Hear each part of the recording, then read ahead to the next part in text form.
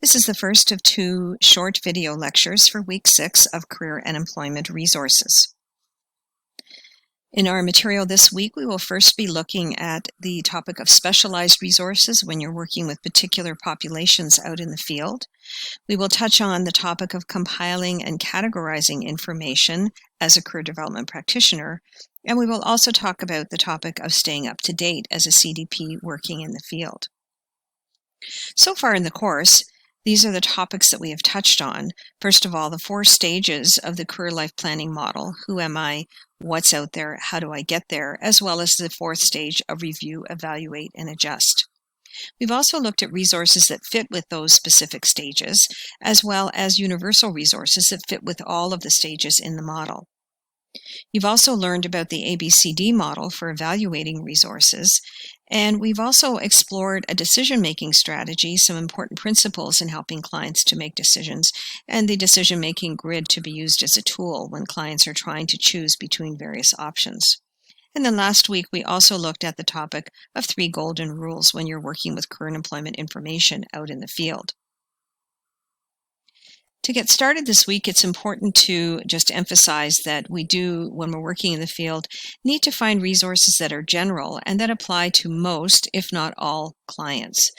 So you want to have a good foundation of resources that you know are they're good resources, that you've fully vetted them and looked at them using the ABCD model, and that generally would be useful for most clients who are in various stages of the career life planning model.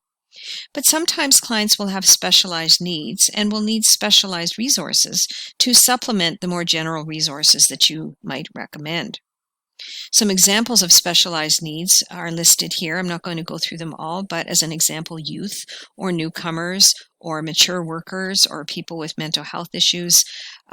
So what you want to try and do is, yes, have a good foundation of general resources, but at the same time, be able to provide clients with specialized needs some resources that when they look at them, they feel like this is really targeted for me. This is designed specifically for my needs.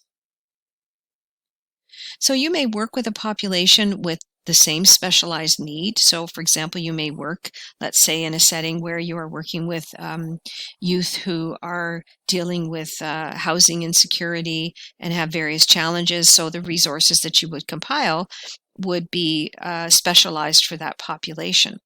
Or you may work with a broad and diverse client group, and so you would need to have a list that includes some good specialized resources. If you're in a setting where you can get any type of demographic, any type of client coming through the door, you do need to have a few specialized resources to meet the needs of those individual clients, along with the general resources that you would have to offer them. So I want to just show you a few examples, and again, there are many, many others that are out there for these different populations. These are 4 examples of resources for youth, and I've checked them all out, and they're all certainly very credible sources and provide good information. So you can go and have a look at those resources as an example of good resources that could provide good information for youth and are targeted to that population. You may be working at some point with mature clients who are perhaps further along in their career and may have had one or more careers that spanned a number of years, and now perhaps they are thinking about making a career change, or they're approaching retirement, but they want to continue working and want help with transitioning into a different type of job. So these are 2 good sites that I found that, as I looked at them and used the ABCD model, that I felt were good, credible resources that you could offer to clients who are mature. There are a number of resources out there as well if you're working with First Nations, Indigenous, and Métis clients. And these are 4 that I've had a look at that, again, some of these overlap, and I should have mentioned that with the Alberta website. This is an excellent resource, and we've explored this in previous weeks. It's really a really good universal resource, and it has a section specifically for various First Nations client groups. And then these other ones that are listed here as well. I've had a look at all of these, and these are all good resources that you could offer to clients when you're working in the field if you feel that this would be appropriate to give them depending on their particular needs. We have a number of resources that would fit for the LGBTQ plus population. These are three in particular that are very good.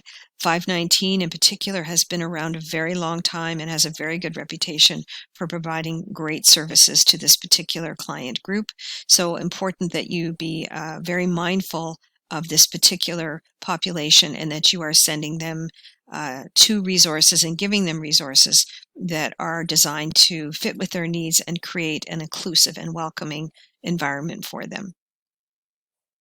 So when you're providing resources for clients with specialized needs, it is really important, as I've already emphasized, to carefully review them, ensure that they are good, valid, accurate, up-to-date, unbiased, that they're all very, very good resources to share with your clients. Some resources may provide support specifically for job seekers and career changers. Other resources may provide information that can be helpful to clients who are isolated and lacking supports. And in particular, when you provide customized resources for clients, this can help them to feel a bit less isolated, that there are services and people they can access who do understand their particular unique circumstances and needs. So if you're working in the field with a broad range of clients, it's really important to ensure that you know of at least one good resource you can recommend for each type of special need. I've already provided you some examples in this PowerPoint, which you're going to be asked this week to look at and to get familiar with what they offer. Again, just remember to check the resources out thoroughly using the ABCD model. Try to use Canadian and locally relevant resources as much as you can. It's important, of course, to check your links regularly to ensure they still work. You can spend a lot of time on this. You don't need to update links and check them every single day, but do ensure that every few weeks, if you have a list of resources that you're working with, that you try to take a few minutes to just double check that they're all still active and working. And then find a system to organize and update your resources regularly. And so it's really important that you have them organized in a way that you can easily access them when you're working with a client right on the spot, that you can easily grab that information and share it with them. And so in the second part of this video, I'm going to talk about how to organize and compile your resources, and then we will finish off just talking about a couple of other important points.